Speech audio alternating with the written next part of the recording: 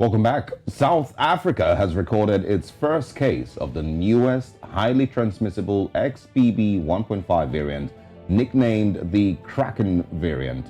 The variant was discovered during gene sequencing done by researchers at the Stellenbosch University. Now, according to the World Health Organization, XBB.1.5 has quickly become the dominant strain in the United States and has been detected in at least 28 other countries. To date, there is increase in the number of cases recorded in South Africa, and no hospitalizations or deaths have been seen in South Africa so far. Joining us this morning to discuss this further is a South African Medical Association member and an advisory member of Solidarity Doctors Network. We have Dr. Angelique Cotzee joining us this morning. Thank you very much, Dr. Angelique, for joining us. And, it's a bit unsettling to see that we're still having further conversations about the COVID variant and especially the mutation of the Omicron variant. Let's talk about, what this is. What is the XBB.1.5 COVID variant, and how is it different from the other variants we've had in the past? Good morning, and a good morning to all your listeners and viewers out there. Yes, as you correctly said, I think we all had enough now of COVID and the pandemic, but unfortunately we're still in the pandemic. If we look at the XBB 1.5, it is actually a subvariant of the BA5, which is the Omicron variant that we in South Africa around about 14 months ago first detected. So it's not, it's part of the Omicron. It's not a new variant. It's not a new thing on the market. It's been there. It's been prominent in, especially in the United States, where it was seen as to be the most fast-spreading subvariant of Omicron. We all need to understand that it's a subvariant, just more transmissible. It binds stronger to the cells and therefore spread itself much easier. But as all the other Omicron subvariants, this is still causing more upper respiratory tract infections, doesn't really affect our lungs. And a lot of people has got immunity, who, especially those who already had Omicron before, as well as being vaccinated. And the immunity that we are talking about is again protecting you against severe disease. Yes, you can still get this new subvariant, but as we have said, it's not more dangerous than any of the other Omicron subvariants that we have seen the past 14 months.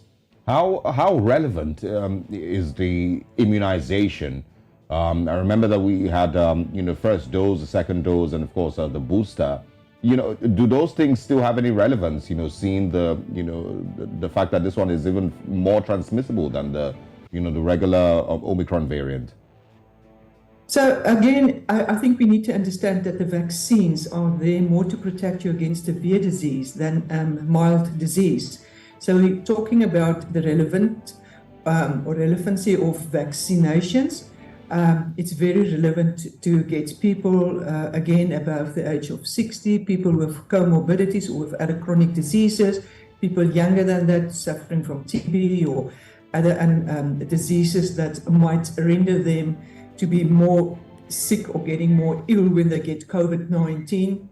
I think it's important for them to get their vaccines or their boosters. We know that the boosters regarding antibodies, even if you had previous any of the SARS-CoV-2 variants, that you will still get mild disease again because your immunity wanes after about 6 months. But it seems that your T cells protect you.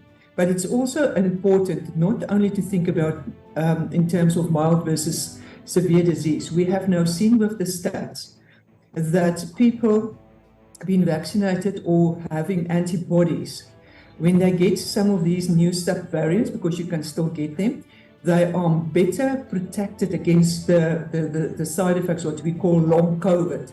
So long COVID is unfortunately not only as a result of severe disease, but also of mild disease. So, you need to assess your risk. You need to look at your health, and you need to decide for yourself whether you want a booster vaccine, and how are you going, if you go into, buildings where there's crowds of people, are you going to wear a mask, try to get, social distancing as far as possible? That would be up to you. But as in the current date, as in today and the past 2 weeks, as this XBB 1.5 is being already detected about 2 weeks ago, we haven't seen a surge in South Africa yet from new cases that we now need to say, compulsory mask wearing and that type of thing. So for now, it's up to you as the individual to keep yourself safe and the family around you. All right. From what I'm hearing, there might not be concerns or much concerns in that regard. Unfortunately, this virus, this subvariant, is rapidly spreading in the United States and Europe and has been detected in about 30 countries. We have reports here that someone says, and that's of course, he says that I don't expect a big wave of infections with hospitalizations in South Africa because of the strong immunity of the population and the previous waves of the Omicron variant. And this is, of course, by the South African virologist Tulio de Oliveira, who, of course, became very famous for spotting the Beta and Omicron variant. I'd like to confirm that you agree with this position, that this is nothing to worry about, and we don't expect massive hospitalizations and deaths. Yeah, for now, we all agree. With the current subvariants that we are seeing, yes, I fully agree. Remember what we have said, the subvariant of Omicron, this XBB 1.5, gives mild disease. It's upper respiratory tract diseases that it normally gives, and you will not hospitalize a patient for that. However, none of us, not Dr. Oliveira, not me, no one in the whole world can predict what will happen, going into the future, whether there will be another variant, whether there would be a more potent or subvariant causing more severe disease. That we don't know. As long as this disease or this virus doesn't cause you lung infections and inflammation of the immune system, so that we need to admit those people, I think we are still safe.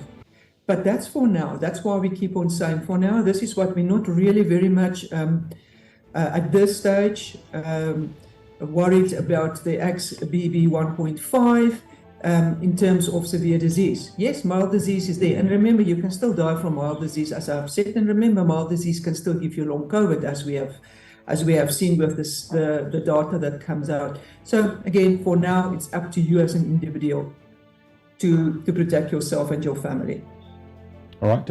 What would your advice be to the South African Health Ministry and the South African government? Would you expect restrictions from other countries?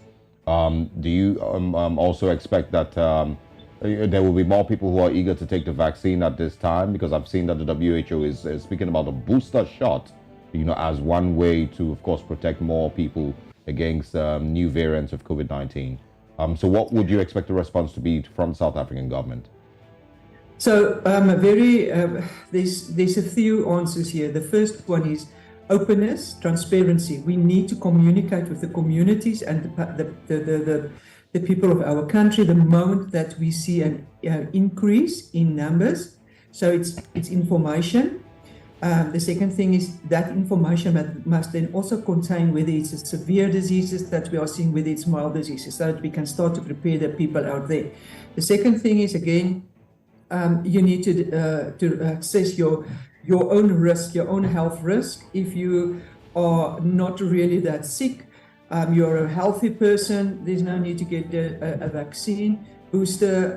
However, if you are above a certain age group, as I've said, with some diseases, it would be advisable, especially if it's more than 6 to 9 months ago.